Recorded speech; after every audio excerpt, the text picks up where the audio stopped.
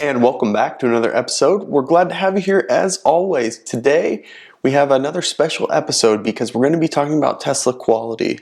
As a matter of fact, this is going to be our last video on Tesla Model Y quality, and you're going to see why that is very soon. Of course, you can follow us on Twitter and Instagram at BeardedTesla, and if you're new to the channel or you've stopped by from time to time, we'd really appreciate it if you'd subscribe. Additionally, we also offer memberships now on this channel, which gives you access to more intimate content as well as access to giveaways. Our first giveaway this month in October will be a center console wrap. For the rest of the year, as we continue on, we will be giving more giveaways, and you must be a member to have access to those. So in the past, we've done quality updates where we've taken a look at recent Model Y deliveries to see just how quality has been improving over time. And of course, we have been seeing improvements with some additional setbacks here and there. But today, I'm excited to share with you the cars that we've seen that all have an October build. The VIN numbers are between 58,000 and 61,000. So there were no vehicles in the 63,000 VIN or above, which we're finding out now that would indicate you have the dual pane windows in your car. With that said, let's go ahead and dive in with 5 cars that we're going to look at today. We have a red, black, 2 whites, and a midnight silver metallic that we're going to take a look at. All the models today are long range all-wheel drive, as there were no performance models available.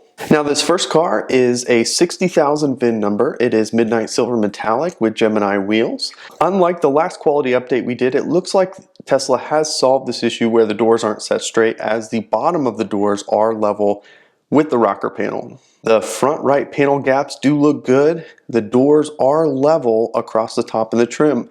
Of course, the wheel well trim does look good as well, which this was addressed several months ago. The rear door gap on this one is a little bit large, but nothing too crazy. Looking at the lift gate, everything looks good. It's straight. The taillights on this one are very consistent and actually look pretty good. Now the interesting thing on this one is this trim here in the corner is sticking out a bit. I have not seen this before, so that does need to be adjusted. The passenger doors, like the driver's side, are straight, both bottom and top, which is really good.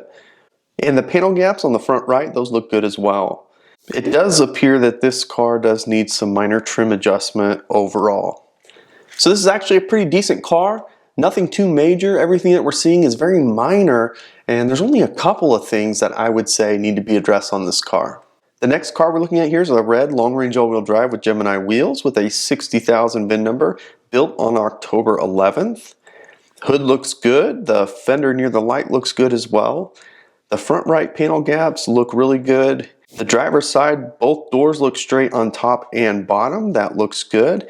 Taking a quick look at the interior just to confirm for you, they do not have the updated interior like the Model 3. None of the cars in which we're looking at today do. Looking at this rear door, that gap is a little bit big, but could be adjusted with some minor tweaks. What I like about the taillights on this one is they look a lot tighter. However, looking a little bit closer, it appears it's because the lift gate is actually a little bit off and needs to be adjusted. So once that gets pulled in, that'll probably open up these tailgate gaps just a little bit. Back here on the passenger side rear tail light, it is crooked.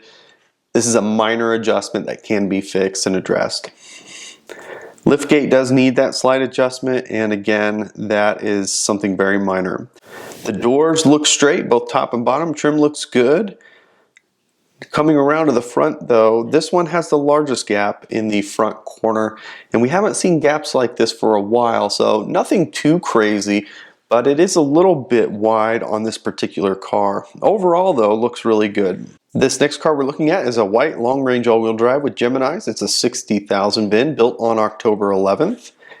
The gaps in the front corner look really good. The door trim is straight, however, the driver's door is not straight at the bottom, so it's a little bit crooked. This is something we noticed in the last quality update that we did on the July build, where these doors were pulled in a little bit on the bottom near the rocker panel. Coming around to the back, the liftgate looks good. There is a slight tilt in the tail light, which we saw in the previous vehicle.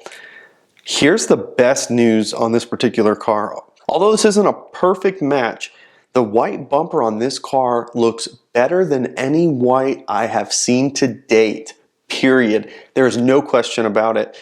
It is very close in color, and you really need to get close to see that color differentiation. So when you take a step back, you cannot really notice that it's a different color, which is a vast improvement from what we've traditionally seen from these white cars. So this is great news for those of you who are considering a white Tesla Model Y. The trim here on the passenger side is straight, but again, that front door is not straight at the bottom. So really weird, really interesting that we're seeing this on both the driver's and passenger's front doors where they're pulled in a little bit on the bottom. Another thing that we're noticing on this car is if we look at the roof, and this is consistent with all the cars we've seen today, they are now taping that roof glass down, and that's interesting. This is new. I have not noticed this before, but this may be something to do with the recent issue they had where a roof flew completely off of the car. This is perhaps an opportunity for Tesla to help that adhesive better cure between the glass and the body of the car. So overall, this is a pretty decent car, just some minor tweaks that need to happen, and it'll be in good shape. This next vehicle we're looking at is a black long-range all-wheel drive with the induction wheels. It's a 58,000 VIN number with an October 1st build date.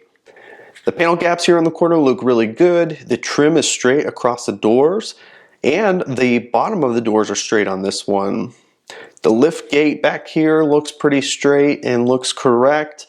Tail lights are straight, which is good. And then here on the passenger side, the trim is straight across the front and rear doors. The front passenger door definitely needs some alignment. It's in too far at the bottom, and it's definitely sticking out here as we work our way up towards the middle. So there's some alignment issues with this door that I'm not sure I've seen before. But that's just a minor adjustment. And then finally on to the last vehicle. It is a white long-range all-wheel drive with Gemini wheels with a 61,000 VIN number built on October 12th. This front right door is slightly crooked, and as we look back, the rear door is straight, so there's a little bit of adjustment that needs to happen with this door. The lift gate does look good, it's straight. Again, looking at this white bumper, you can tell it's off just a little bit, but it is so much better, especially as we start to step back. You can't even tell from a distance that this is a different color. So they have definitely improved and potentially fixed this white mismatch with the bumpers. The rear passenger door gap is a little bit big on this one, which we've seen on a couple of these, but the trim is straight across the front and rear door. Now looking at this front door, again, it's pulled in, it's a little bit crooked and needs a little bit of work.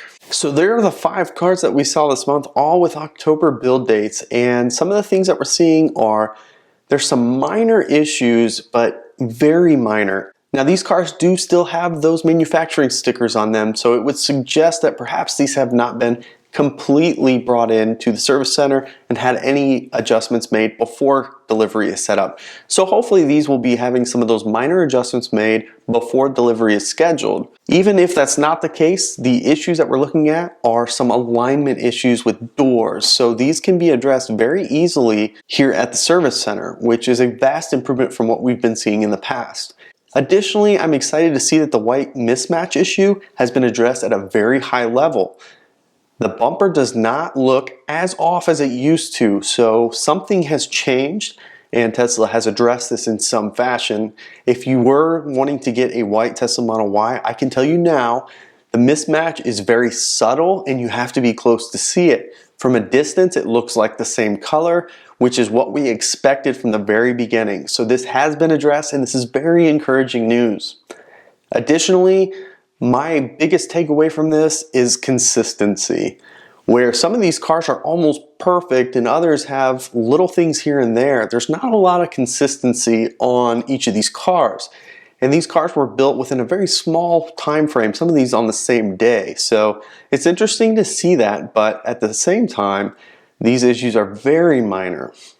With all of that said, I'm excited to say that this will be the last quality update we do for the Tesla Model Y, because the cars that we're looking at today, with some minor adjustments, these would be very good cars. And I'm excited to see that Tesla has finally addressed most of the issues that they were plagued with at the beginning of production of the Tesla Model Y. So I'm interested to hear from you on what your thoughts are. Seeing these cars in person, are you encouraged or are you discouraged? Hopefully you're encouraged, and if you were waiting to order a Tesla Model Y for the quality to improve, does this finally meet the standard that you were hoping to see in the Tesla Model Y? Let me know in the comments your thoughts. I'm excited to hear from you. I'm excited to share this with you because I think that Tesla has finally gotten to a point where they're delivering a good quality car. It is interesting to also see that tape on the roof because of the issue that happened out in California where a roof flew completely off the car. I'm wondering if this tape that I haven't noticed in the past is new to help that adhesive cure better on the roof before taking delivery. I hope that you've enjoyed this video, and if you have indeed enjoyed it, be sure to give it a thumbs up.